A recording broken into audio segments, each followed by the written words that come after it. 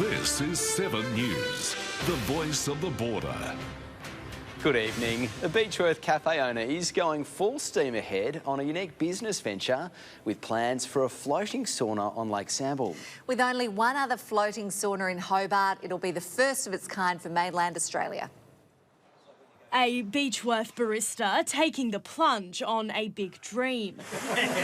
A possible floating sauna. It's the hot topic in town today. It'd be a really good for your health and, you know, it's supposed to be really good for your immune system. I want to give some new things a go for myself, so yeah, give it a go. Michael Patterson says he was struck with inspiration when he visited Australia's only floating sauna on holiday in Derby, Tasmania. Fell in love with the concept, love Beechworth, and we've got a beautiful lake down here in the almost centre of town, and it's an area that I would really like to kind of look at operating. Mr Patterson and his fellow organisers are hoping to bring a slice of Scandinavia to Lake Sample. He says plunging into ice-cold water after a sauna offers a suite of physical and mental health benefits to participants. He says bolstering Beechworth's tourism is just the bonus. But it's also local-based as well. Like, this is not just for tourism. The benefits are for everyone to use and operate. The pontoon will boast a sun deck, lounge and office which will be fixed to the shore. The plans are currently before Indigo Shire Council. Developers hope to have the sauna afloat by early next year. If approved, the sauna will operate year-round, making history as the first floating sauna on mainland Australia. We're beachgoers, we're summer people. We just simply don't have a well-established sauna culture. Operator of Tasmania's floating sauna, Nigel Reeves, says developing the site comes with its challenges. I've had about 6 other sites that I've failed at. Derby was a bit of out of the box, so you just got to keep trying and find the right location. Mr Reeves says he'll be watching closely from across the pond. It's fascinating how, one crazy idea can excite so many different people. But I wish them all the best. I hope it gets up. Phoebe Worthley, 7 News. Paramedics in New South Wales will be taking unprecedented strike action on Friday. The union says the frontline workers in Albury are under enormous pressure and are now leaving to work in Victoria instead.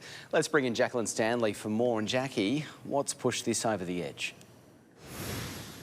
Nick, it comes down to pay. Their Paramedics Association, I should say that working conditions and the pay packet are simply better south of the border. A pay increase was an election promise from the New South Wales government, but about 8 months have gone by since then and paramedics haven't seen a cent.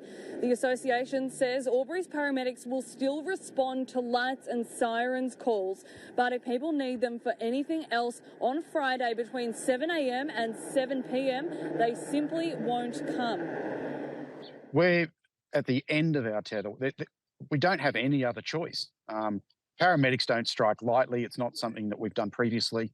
And so we need the government to take us seriously. And unfortunately, while we've done everything we can to avoid doing this, we've now reached the point we have to. Nick, in its 10 years of existence, the Paramedics Association have never taken this level of action until now. OK, thanks for the update, Jackie, I should say. That's Jacqueline Stanley reporting for us tonight. A sudden car fire caused the closure of the Hume Freeway over the weekend. Emergency services arrived to find the engine alight just before 3:30 on Saturday afternoon. They extinguished the flames in just 3 minutes, but that didn't stop the traffic chaos between Melrose Drive and Lincoln Causeway. Victoria Police took over the investigation and say the blaze is not being treated as suspicious. A long-awaited plan to build mountain bike trails on Albury's Eastern Hill goes before council tonight. But already the project has gained robust opposition from people who believe the reserve should be left untouched. Pushing through a plan in the face of harsh opposition.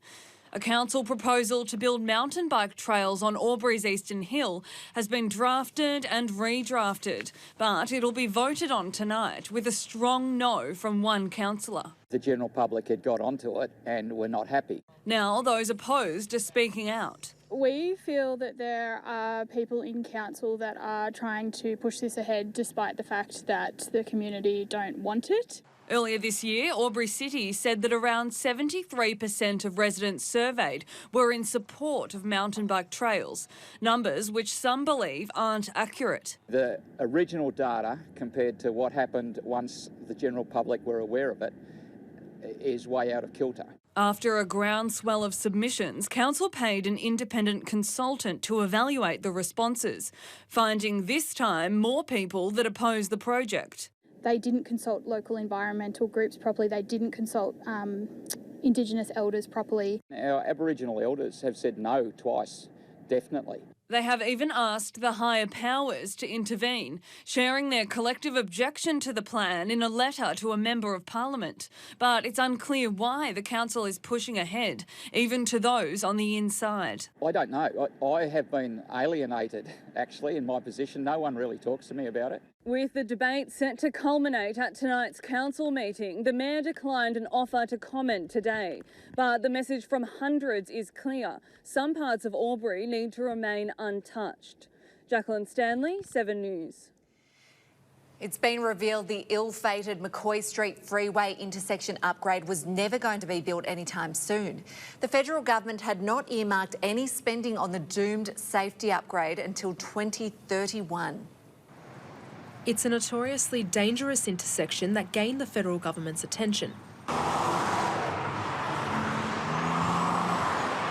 In 2019, then Prime Minister Scott Morrison promised to address safety concerns at McCoy Street and Hume Freeway in West Wodonga.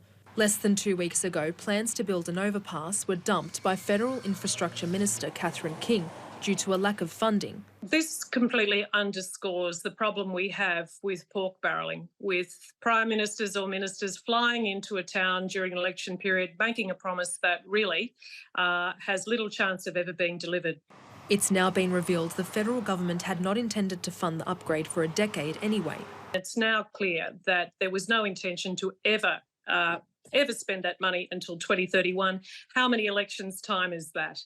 Yet it is those using the intersection that will deal with the brunt of false promise. That's pretty average on the government. Yeah, that's disappointing, especially for the truck drivers. Victoria's Big Build conducted a traffic survey for McCoy Street and Hume Freeway on behalf of the federal government in July 2021. The survey revealed 80% of respondents considered safety at the intersection poor or very poor, an opinion which remains unchanged. It is dangerous. That split second, it could cause an accident if we haven't got that window. So, Helen Haynes says the fight to upgrade McCoy Street is not over. That area around the Logic Centre at Barnawartha is getting busier and busier. We need to have this intersection carefully planned and redeveloped in a way that's truly safe. Rochelle Putnikovic, 7 News. Well, Kirsty joins us now with a look at today's weather. And Kirsty, it was quite a warm day today. We did see some storms around, particularly at the high country. Yes, that's right, Maddie. Nick, good morning. It's 6 o'clock. It's absolutely not morning. Good evening, everyone. It's been quite a dry and sunny start to the working week following those showers through Saturday evening. Otherwise, though, certainly drier than we expected across the weekend. Our skies were mostly clear today, certainly over the border region, with a bit of patchy cloud moving through late morning. Very light winds around too. Those temperatures up about the high 20s today. In Corowa, 29 was our maximum. Albury reached 28 and Myrtleford 27. Around the Alpine regions, we did see some storms move through this afternoon. A severe storm warning was issued for Falls Creek around about 4 p.m. Cloudy conditions on the forecast tonight. Storms and showers on the way over the next couple of days. I'll have the forecast shortly. Good evening to you too, Kirsty. Thank you. We'll see you soon. Thanks. Still to come in 7 News, Wangaratta gets a new country music festival. And a Wodonga Primary School gets a $6 million new building.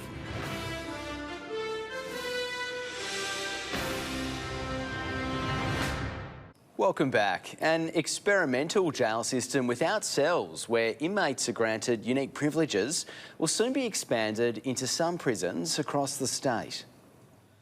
Behind the wire at a maximum security jail, This is inside the Macquarie Correctional Centre in Wellington, where convicted murderers, violent offenders and drug dealers aren't in cells. Instead, they're living in dormitory pods. Maximum of 25 inmates into one unit, no cells, and we have a very effective structured day routine. A routine which includes working in woodwork, hospitality and engineering units, also receiving training in courses from music and computer programs to art. Privileges they are afforded if they abide by a no-violence policy, with inmates who conduct any acts of violence towards other inmates or staff being transferred to another facility. So we have very few assaults as a result of that, which creates a good positive culture and environment for us to work in. While there is no data yet that measures whether or not this model reduces reoffending, those inside the facility say its positive impact on both staff and inmate safety has been significant. Born 6 years ago in one of only 2 rapid-built prisons in the country, the privileged model is set to be rolled out into a number of the state's correctional centres, including the Hunter, Lithgow and Long Bay. No, I don't think it'll work for every prisoner, and I think that's just being real. But for those that do want to sort of make a change to the direction that they were heading in, this model certainly will work for those. There are other offenders that just aren't ready to take on this concept. The innovative approach to incarceration, all designed to prepare inmates for life on the outside. Residents or community members could feel a little rest assured that the person that gets released from here is actually equipped to deal with the demands of society and actually fit in as your neighbour next door without sort of having a negative impact. Hamish Southwell, 7 News. Wangaratta Showgrounds is bracing for the masses to muster for this weekend's very first Regional Fest or Reg Fest, with live music from Adam Brand and the Sunny Cowgirls, monster trucks and food stalls. There's bound to be something for everyone. Wangaratta Council says the event is a response to pleas for more country music events. We feel like it's a real niche in our community and something that the community really want. We also engage in that operator to help bring tourism and economic benefit to Wangaratta. Tickets are available on the Reg Fest website. Wodonga Primary School has officially opened its new learning space. It's all courtesy of a Victorian government grant. The $6.2 million centre is the latest addition at St Francis of Assisi Primary School. The school community gathered to mark the special occasion. The Stephanie Alexander kitchen garden, art areas, maker spaces. So there's a theatre space for performance. So there's lots of facilities that the children will have access to that they've not had access to before. Students in Years 4 to 6 will be using the highly anticipated new space. Still to come in 7 News, a new City player produces one of the best innings local cricket has ever seen. And David Reynolds finishes with a hat-trick of podium finishes.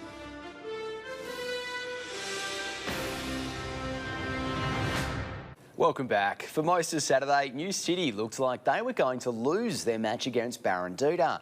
But Patrick Harrington had some other ideas, with the Englishman producing one of the best innings local cricket has ever seen.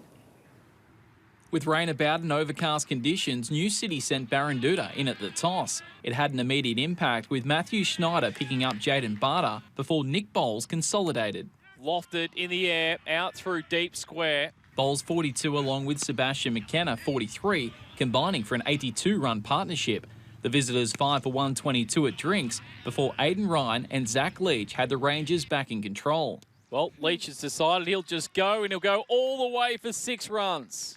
Ryan top scoring with 54 as Barranduda posted their highest total of 230. A dream start for Martin Allwood, dismissing Aaron Grant for a duck. Jaden Borges, though, taking to the sky. Borges advances again over mid-wicket. This time a much better shot, 1 bounce for 4. But it was the competition's brand new team doing the damage as New City lost 3 quick wickets. Borges caught for 16 before a mix-up sent Nick Petts packing for 5. New City 4 for 53. Doesn't put it away, but gets it in the gap. Gee, came halfway down the wicket, a chance of a run out, and I think he's gone disastrous. That brought coach Daryl Tuffy to the crease, but he didn't need to do much. Englishman Patrick Harrington seemingly playing with a different ball as he launched the Barranduda bowlers all over Urana Road Oval. Well, leans back, goes over, mid-on, down to the boundary for another 6. Harrington producing one of the best innings the competition has ever seen, belting 12 fours and a massive 12 sixes, even collecting a car along the way. Harrington on 98, and that'll take him to 100, a sensational 100 with a 6. Harrington and Tuffy putting on an unbeaten 178, Harrington finishing 153 not out of 83 balls. He's gone this time over the top of the keeper. The little lap over the head. Meanwhile, Dan Christian was also amazing, hitting 114 off 100 balls in Corowa's win over East Albury. And Wodonga Raiders have recovered from 3 for 10 to keep Wodonga winless so far this season. Stephen Murphy, 7 News. Bethanga has lost its first district cricket game despite a half-century to Luke Rafferty. Dedarang's total of 200 was just enough as Bethanga were bowled out in the final over, falling 36 runs short. In Hume, just 2 games out of 4 were completed, with Waller defeating Holbrook, while Tom Newton starred in Hensey's win with a well-made 83 before taking 4 for 14 with the ball. And in Wangaratta and District, Yarrawonga Mulwala are the only side likely to get a result after day 1 was mostly washed out. Stingrays have made it a 3-way tie at the top of the men's water polo ladder. In a low-scoring encounter against rival Sharks, the Rays made the better of their opportunities to lead 2-0 at half-time. Sharks scoring 3 times in the second half but couldn't lose the margin. Stingrays claiming a 6-3 win. So Rex Gallagher walking a couple of times. Had Woolen on. Oh, that was an incredible shot. Meanwhile, Sharks have thrashed Pool Pirates 16-8 in their top-of-the-table clash, with Lee Dodd scoring 8 goals. And there's been the first tied game of the season in women's softball, with Grizzly Bears and Gladiators finishing 5-all. And we'll have a full wrap of water polo and softball on tomorrow night. David Reynolds has finished his supercar season with a hat-trick of podium finishes. And it was a solid season overall for our local drivers and teams, with Brad Jones Racing a podium finish of its own. Coming off his first win of the season and his last time racing for Grove, Reynolds started race 1 in Adelaide from the front of the grid, but it was clear he had a battle on early.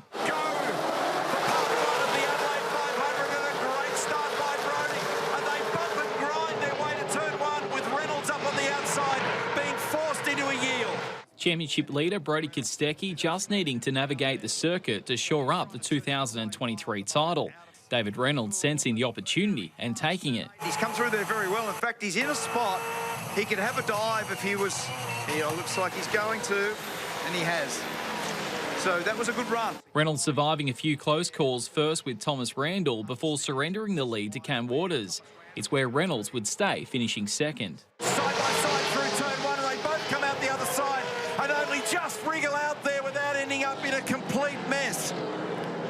Unbelievably tight moment. Brilliant driving by both of them.